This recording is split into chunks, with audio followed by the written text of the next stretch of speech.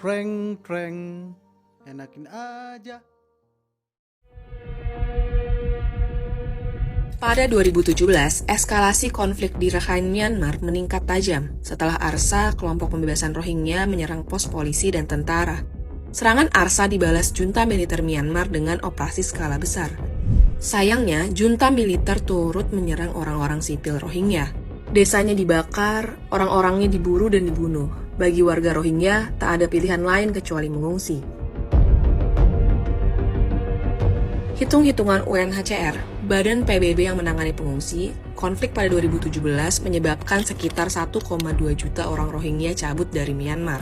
Kekerasan junta militer ditambah status mereka yang stateless membikin pilihan yang tersedia hanyalah pindah ke negara lain. Negara yang dituju banyak warga Rohingya yakni Bangladesh. Faktor geografis yang dekat dengan Myanmar membuat Bangladesh jadi opsi yang realistis. Perjalanan tak perlu menyeberangi lautan dan tinggal melintasi perbatasan. Lokasi pengungsi Rohingya terpusat di Cox's Bazar. Ada sekitar 33 kamp pengungsi yang dibangun di wilayah ini dan menampung sekitar lebih dari 900.000 orang. Persoalannya, tinggal di Cox's Bazar tak menjamin apa-apa kecuali masalah baru.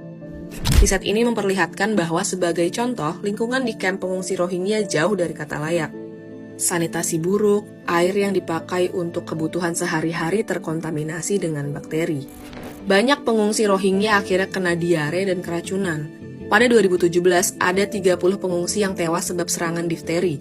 Sementara, dari segi tempat tinggal mereka pun tak jauh berbeda.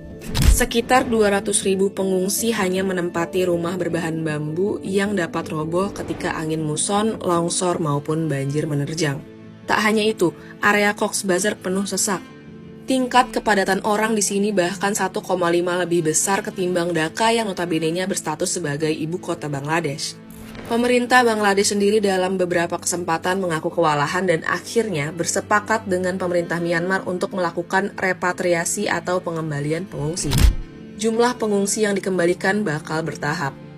Persoalannya, balik ke Myanmar atau Rakhine juga tak memberi kepastian apa-apa selain trauma dan ketakutan bakal dipersekusi untuk kesekian kalinya. Di titik ini, banyak pengungsi Rohingya mencari jalan lain dengan pergi keluar Bangladesh menuju negara-negara di sekitar Asia Tenggara termasuk Indonesia.